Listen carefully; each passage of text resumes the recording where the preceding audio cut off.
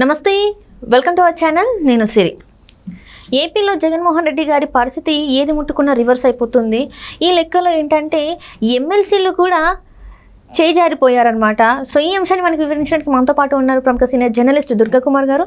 నమస్కారం సార్. నమస్కారం సిరి, మన వీక్షకులకు. సార్, ఇప్పుడు చూస్తున్నట్టయితే వైసీపీలో ఎవరైతే ఎమ్మెల్సీలో ఉన్నారో ఒక ఇద్దరి మీద అయితే అనర్హత వేటు వేయడం జరిగింది.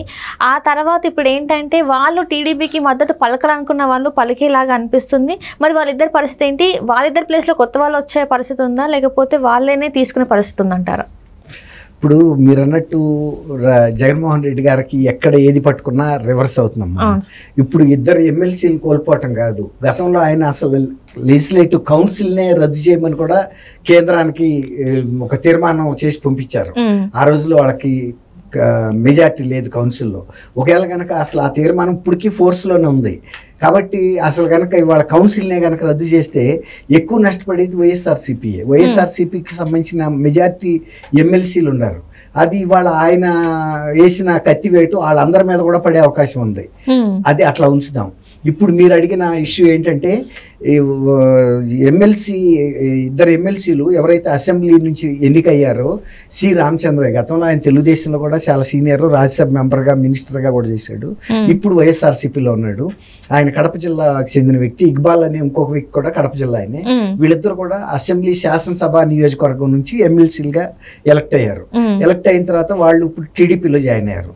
టీడీపీలో జాయిన్ అవటం వలన ఏమైందంటే వీళ్ళు వాళ్ళ మీద డిస్క్వాలిఫికేషన్ అస్త్రం ప్రయోగించారు.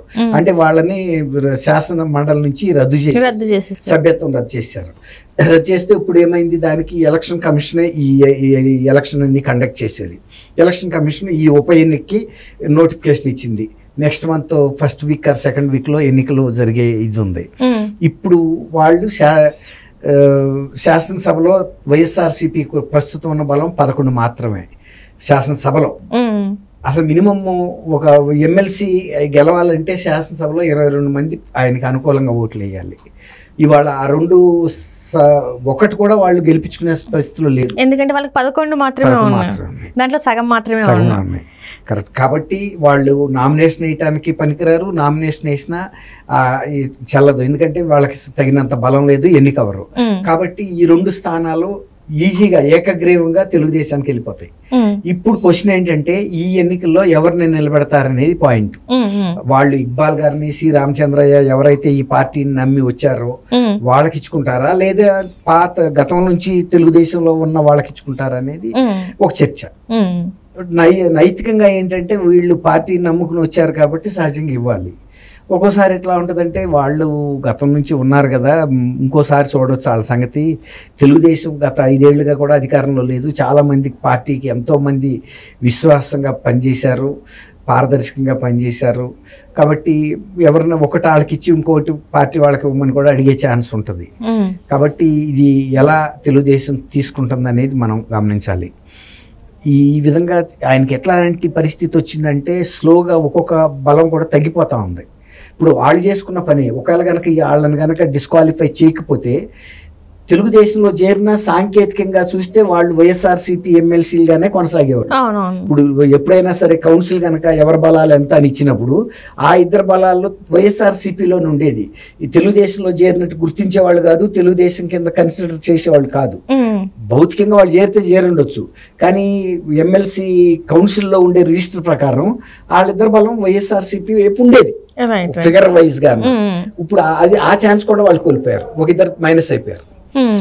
ఇది ఇట్లా ఉంటే ఇంకొక 2 స్థానిక సంస్థల నుంచి, అంటే స్థానిక సంస్థలు అంటే గ్రామ పంచాయతీలు, ఎంపీపీలు, జెడ్పీటీసీలు ఇలాంటి వాళ్ళు జిల్లాల్లో ఉండే ప్రజాప్రతినిధులు ఎన్నుకునే 2 నియోజకవర్గాల నుంచి కూడా జూలైలో ఎన్నికలు రాబోతున్నాయి. అప్పుడు కూడా 2 నియోజకవర్గాలకి ఎన్నికలు జరిగితే ఎక్కువ మంది వైఎస్ఆర్సీపీ వాళ్ళే ఉన్నారు. ఎందుకంటే గత స్థానిక ఎన్నికలప్పుడు వీళ్ళు పోలీసుల్ని, రెవెన్యూ వీళ్ళని బెదిరించి ఎక్కువ మంది వాళ్ళ సభ్యులు ఎలక్ట్ అయ్యేట చూసుకున్నారు. కానీ ఇప్పుడు రాష్ట్ర ప్రభుత్వమే వైఎస్ఆర్సీపీ చేతిలో లేదు. కాబట్టి ఎవరైనా కింద నాయకులు ఎవరు కూడా వైఎస్ఆర్సీపీలో ఉంటే వాళ్ళ పనులు జరగవు, వాళ్ళకి లోకల్ గా వెయిట్ ఉండదు. తర్వాత వాళ్ళ గ్రామాలకు కానీ వీటికి నిధులు రావనే భయంతో ఈ స్థానిక సంస్థల ప్రతినిధులు ఎవరైనా సరే వైఎస్ఆర్సీపీకి అభ్యర్థులు పోటీలో పెట్టినా కూడా వేయరు. ఎందుకంటే ఎమ్మెల్యేలు అందరూ కూడా స్వీప్గా గెలిచారు తెలుగుదేశంలో, కాబట్టి ఎంపీలు కూడా బాగా గెలిచారు. కాబట్టి సహజంగా వీళ్ళు స్థానిక సంస్థల నాయకులు ఎప్పుడు కూడా అధికారం ఎవరికి ఉంటే అటువైపు ఉంటారు వాళ్ళు. ఎందుకంటే వాళ్ళు చిన్న రేపు ఏదన్నా పైరు వీలు చేయించుకోవాలన్నా ట్రాన్స్ఫర్లు కానీ అయ్యో డెవలప్మెంట్ రోడ్ల గురించో డ్రైనేజో ఇంకేమైనా ఫండ్స్ గురించి ఉండాలంటే అధికారం వైపు ఉండాలి. కాబట్టి రేపు ఆ 2 స్థానిక సంస్థల ఎన్నికల్లో కూడా వైఎస్ఆర్సీపీ గెలవటం 90% కష్టం. ఒకవేళ గతంలో వేశారు బలంగా ఉన్నప్పుడు ఈ వైఎస్ఆర్సీపీ, ఇవాళ జగన్మోహన్ రెడ్డి గారి పరిస్థితి అధ్వానంగా ఉంది. అసలు పార్టీ ఉంటుందో ఈ పరిస్థితుల్లో ఎందుకు, అందులోనూ జగన్మోహన్ రెడ్డి గారి మీద కేసెస్ కూడా రేపు నుంచి ఢిల్లీలో కూడా ఫైల్ కదులుతున్నారని ఆర్డర్ ఇచ్చేశారు ఆల్రెడీ. ఇక్కడ హైదరాబాద్ సిబిఐ కోర్టులో విచారణ రోజువారీగా మొదలవుతుంది. కాబట్టి ఆయన హాజరు కావాలని కూడా సిబిఐ కోరుతుంది. గతంలో ముఖ్యమంత్రిగా ఉన్నాడు కాబట్టి మినహాయింపు ఇచ్చారు. ఇప్పుడు ఆయన ముఖ్యమంత్రి కాదు, కేవలం ఎమ్మెల్యే మాత్రమే. కాబట్టి రోజువారీ అదే సార్ ఇప్పుడు ఏంటంటే ఈ ఫ్రైడే రోజు అటెండ్ అవ్వాలంటారు. మరి అవును, ఫ్రైడే రోజు అటెండ్ అవ్వటం కాదు, ఇక రోజువారీ విచారణ కంటిన్యూగా జరుగుతుంది. ఇక ప్రతిరోజు కోర్టుకి అటెండ్ అవ్వమని అడుగుతుంది. ఎందుకంటే సిబిఐ కూడా కేసు క్లోజ్ చేయాలి కదా.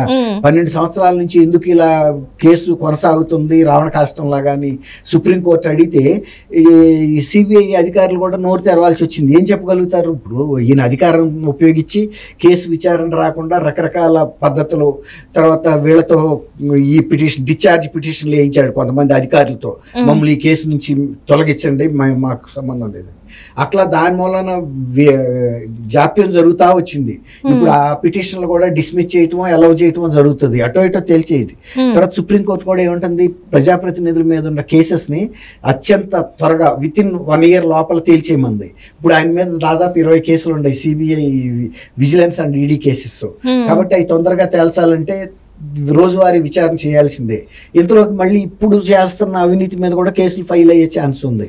ఇక ఆయనకంతా కష్టకాలమే.